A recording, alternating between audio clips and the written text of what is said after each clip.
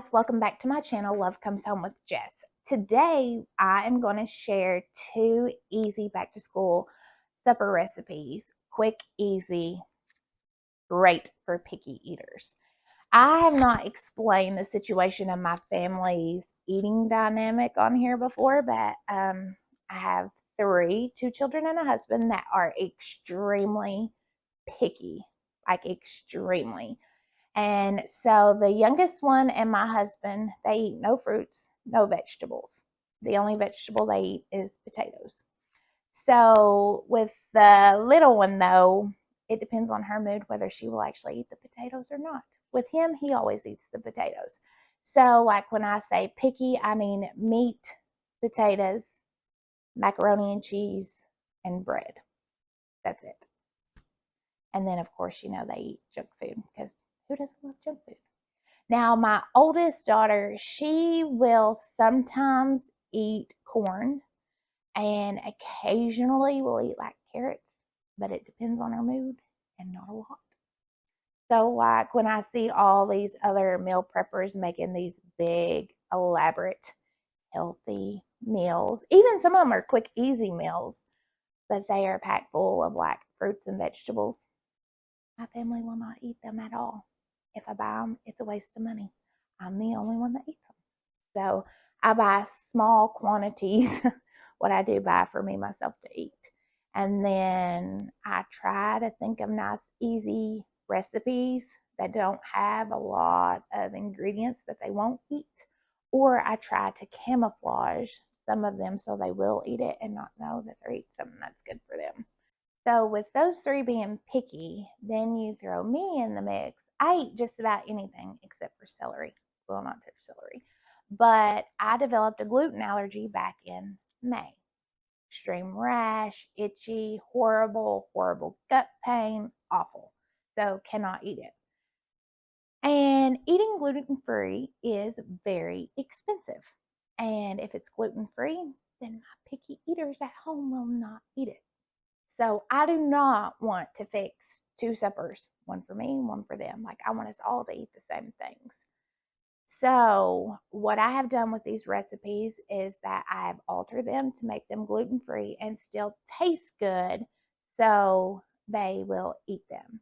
Now on the second recipe, on the beef stroganoff, I let them eat the egg noodles and then I eat the gluten-free noodles, which is not, that's an easy substitution and fix on my part. And it doesn't sacrifice the taste for them because gluten-free noodles do have a different taste and texture. So for your picky eaters, they're a little bit more hard to camouflage if you don't completely encode them in sauce. So follow along with me as I cook 2 gluten-free, easy Southern home comfort foods. So the first step is the Trisha Yearwood Casserole. It is the epitome of Southern comfort food. So the first thing that we're going to do is brown 1 pound of ground beef on the stove.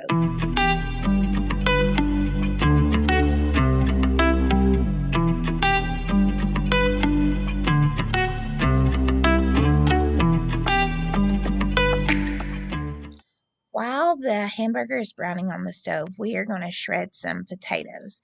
You don't have to use potatoes and shred them like I'm going to do. You can actually buy frozen hash browns, diced potatoes.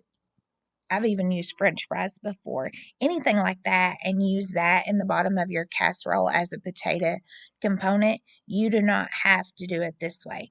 I had garden potatoes and I wanted to use them. So I used the KitchenAid mixer and the attachment, that's the grater and the shredder, to make the shredded hash brown potatoes for this portion of the casserole.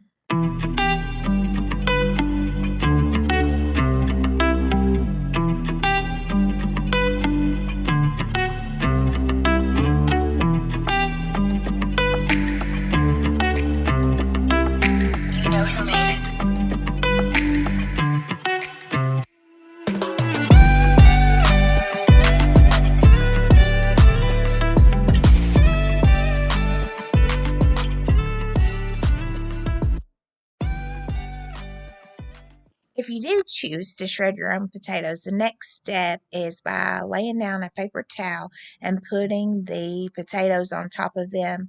The fresh shredded potatoes have a lot of water content, so you will need to drain them off before you actually use them for the casserole. Now that the hamburger is brown, we're going to take it out of the pan and put it in another bowl to the side. Now to our same pan, we're going to add 4 tablespoons of butter and 1/4 cup of all-purpose gluten-free flour to make a roux.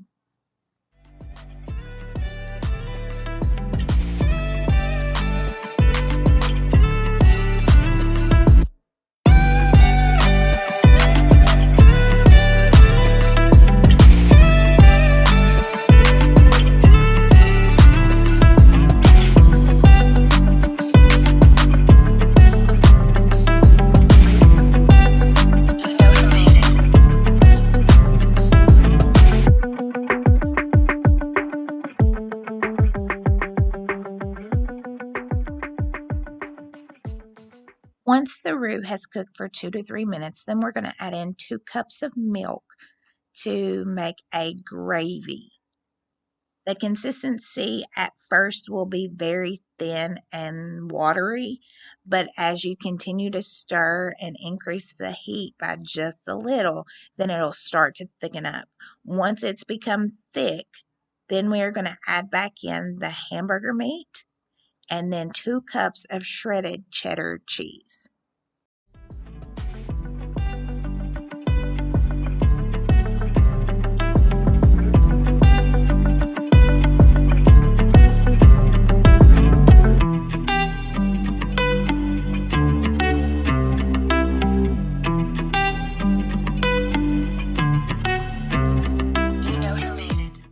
That incorporated into the gravy mixture, then you're going to turn your stove off and set your pan to the side.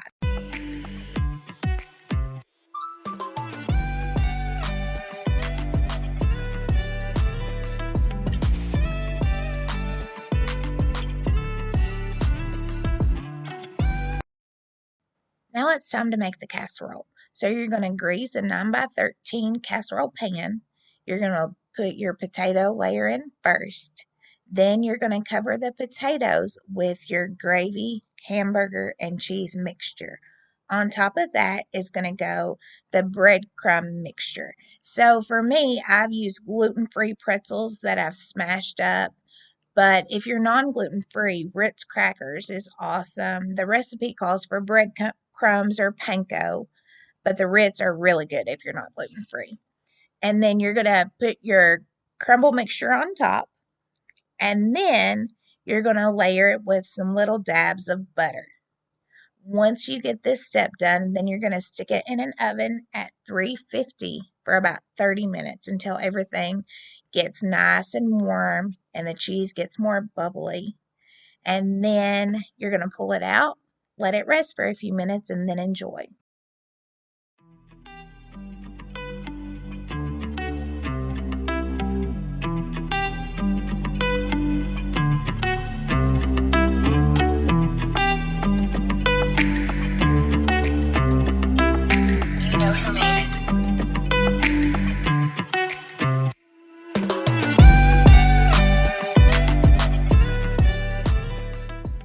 Our second recipe today is beef stroganoff. This crockpot recipe calls for sirloin, but I used beef cube steak instead and put it in the crockpot with 1 cup of beef broth. Now you are seeing that I have come home from work and I'm shredding up my cube steak.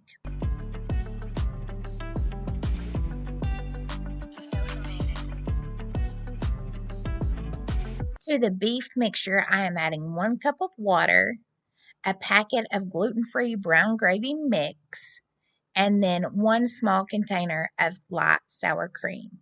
And I'm going to mix this all together and turn it on high and let it cook for 20 minutes while I cook the noodles.